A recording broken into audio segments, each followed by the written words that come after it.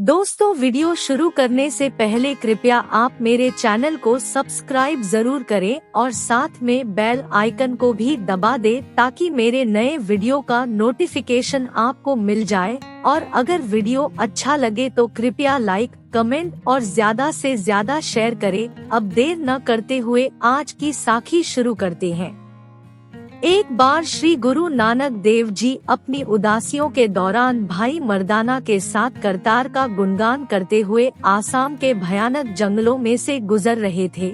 जब चलते चलते बहुत दिन हो गए तो गुरु नानक देव जी ने मर्दाना को कहा, मर्दानिया, चलते चलते बहुत दिन हो गए हैं, क्यों ना यहाँ थोड़ा आराम किया जाए। ये कहकर गुरु जी एक पेड़ के नीचे बैठ गए। जब गुरु जी और मर्दाना को विश्राम करते थोड़ी देर हो गई तो मर्दाना ने गुरु जी से कहा, गुरु जी, मुझे घर की बहुत याद आ रही है। अगर आप आज्ञा दे तो मैं कुछ दिन अपने परिवार से मिल आऊं। गुरु नानक देव जी ने मर्दाना को घर जाने के लिए मना किया और कहा, अभी मत जाओ, क्योंकि ये जंगल बहुत खतरनाक है, तुम मुसीबत में फंस सकते हो। लेकिन मर्दाना घर जाने की जिद करने लगा। गुरु जी ने बहुत समझाया लेकिन मर्दाना नहीं माना और जिद करता रहा। तब गुरु नानक देव जी ने उसको घर जाने की आज्ञा दे दी। गुरु जी की आज्ञा लेकर मर्दाना घर जाने के लिए निकल पड़ा। जिस रास्ते से मर्दाना घर जा रहा था वो बहुत ही भयानक और खतरनाक रास्ता था, क्योंकि उस रास्ते में इंसान तो क्या, दूर दूर तक जानवर भी नजर नहीं आ रहे थे। ये देखकर मर्दाना को डर भी लग रहा था। मर्दाना ने अपने डर को दूर करने के लिए वाहेगुरु नाम का सुमरन करना शुरू कर दिया। वाहेगुरु के सुमरन की वजह से मर्दाना का डर दूर हो गया और वो आराम से घर की तरफ चल पड़ा। अभी मर्दाना थोड़ी दूर ही गया था कि उसे फलों से लदा पेड़ नजर आया।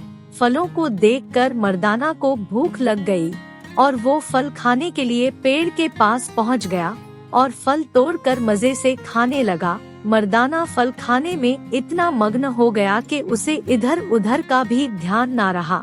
मर्दाना ये भी भूल गया कि इस समय वो एक खतरनाक जंगल में है। उस जंगल में एक नरभक्षी भील रहता था जिसका नाम कौड़ा था। वो भील राक्षस के सामान लंबा चौड़ा था। कौड़ा नरभक्षी था। वो इंसानों को तेल में तल कर खा जाता था। उसको इंसानी मांस बहुत पसंद था। उसके खौफ के कारण उस जंगल में कोई नहीं आता था। जब उस नरभक्षी ने जंगल में हलचल देखी तो वो अपनी गुफा से बाहर निकल आया। जब उसकी नजर मर्दाने के ऊपर पड़ी तो वो खुश हो गया कि आज उसे मांस खाने को मिलेगा। वो राक्षस धीरे धीरे मर्दाने की तरफ बढ़ने लगा। मर्दाना फल खाने में इतना मस्त था कि उसे पता ही नहीं चला कि कब कौड़ा राक्षस उसके पास पहुंच गया। कौड़ा राक्षस ने मर्दाना को पकड़ लिया और पकड़ कर अपने साथ अपनी गुफा में ले गया। वहां ले जाकर उसने मर्दाना को रस्सी से बांध दिया और तेल को गर्म करने लगा ताकि मर्दाना को उसमें तल कर खा सके। मर्दाना ये सब देखकर बहुत डर गया और कांपने लगा। मर्दाना गुरु नानक देव जी को याद करने लगा कि वो उसे बचा ले। साथ संगत जी, गुरु कभी भी अपने शिष्यों को मझधार में नहीं छोड़ते। गुरु तो हमेशा अपने शिष्यों के अंग संग रहते हैं। वो तो हम लोग ही होते हैं जो गुरु की बात को नहीं मानते। जब गुरु नानक देव जी ने मर्दाने की फरियाद सुनी तो वो प्रकाश की गति से वहां पहुंच गए जहां कौड़ा राक्षस ने मर्दाना को बांध कर रखा हुआ था। जब मर्दाने ने गुरु नानक देव जी को अपने सामने देखा तो उसका डर बिल्कुल खत्म हो गया। लेकिन वो गुरु जी से नजर नहीं मिला पा रहा था, क्योंकि गुरु जी के मना करने के बाद भी वो जिद करके आया था। लेकिन साध संगत जी, गुरु अक्सर अपने शिष्य की संभाल करने के लिए हाजिर हो जाते हैं। कौड़ा राक्षस ने मर्दाना को पकड़ा और गर्म तेल में डालने लगा। तभी गुरु नानक देव जी ने अपनी नजर तेल के कड़ाहे के ऊपर डाली तो गर्म तेल एकदम पानी के समान ठंडा हो गया। कौड़ा राक्षस ये चमत्कार देखकर हैरान हो गया कि ये कैसे हो गया। उसने आसपास देखा तो उसे गुरु नानक देव जी नजर आए। वो समझ गया कि ये चमत्कार इन्होंने ने ही किया है।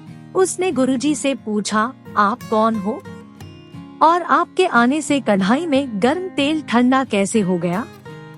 गुरु नानक देव जी ने उसका नाम लेकर कहा, अब तुम मेरे शिष्य को खाते क्यों नहीं हो? कौड़ा राक्षस ने बड़ी हैरानी से गुरु नानक देव जी की तरफ देखा कि ये मेरा नाम कैसे जानते हैं। इसके बाद गुरु नानक देव जी ने गुरबाणी के एक शब्द का उच्चारण किया। कौड़ा राक्षस गुरु जी के दर्शन करके और गुरबाणी सुनकर निहाल हो गया। उसके हाथ में जो लकड़ियां थी, जो वो आग को तेज करने के लिए लेकर आ रहा था, वो नीचे गिर गई। कौड़ा राक्षस ने मर्दाना की रस्सी को खोल दिया।